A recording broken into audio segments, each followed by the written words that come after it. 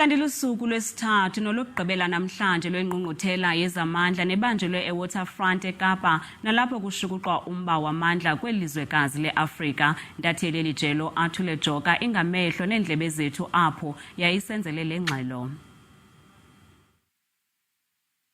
Sibambe ngazo azibini kumagumbi osasazo apho eGauteng namhlanje sekusuku lwesithathu kwinkomfa ebanjwe apha eKapa nalapho kuzoxoxwa ngendlela zokuzama usebenzisa amandla khona ukuze kuncediswane nokulwa nomcimbi kacimicimi apha kwizwekazi iAfrica. Amazwe aseAfrica ke ukwabaphathiswa abangama-21 alapha ezoxoxa ngendlela kuzokuzama ukwenza iAfrica ikwazi ukugqiba ilwe nomba ojamelene nezamandla apha eAfrica. Koko ke lapha ke indwalutho zalamazwe zizama ukuxoxa ngezondlela besithi ke ukusetyenziswa kwerhasi namalahla kukazoyekwa. Koko ke funeka kuzanywe indlela zoba kuzingadityaniswa njani xa zizonke izinto kwakunye namandla acocekileyo khona ukuze bakwazi uzisa amandla eAfrica. Kodwa ke ndinaye umphathi wale nkqubo uMr NJ Ayuku noyena wavula le nkqubo. Mr NJ Ayuku, just talk to us about the importance of this conference and why you founded it. This conference is very important right now in South Africa.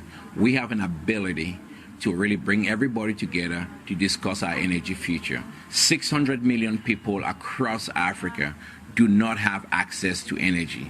About 20% of South Africans do not have access to energy, but those who have access to energy still have to face load shedding and different things.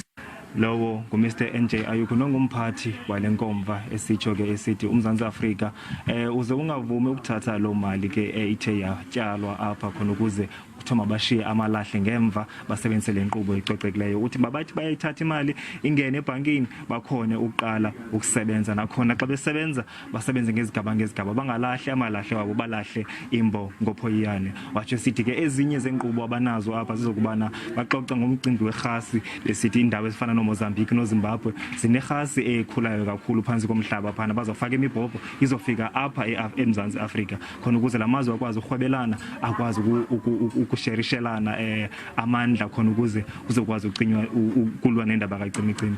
Kwela meqala ndinguAtule Joka, ndihamba noxa wam uClinton Sef kuwe studio.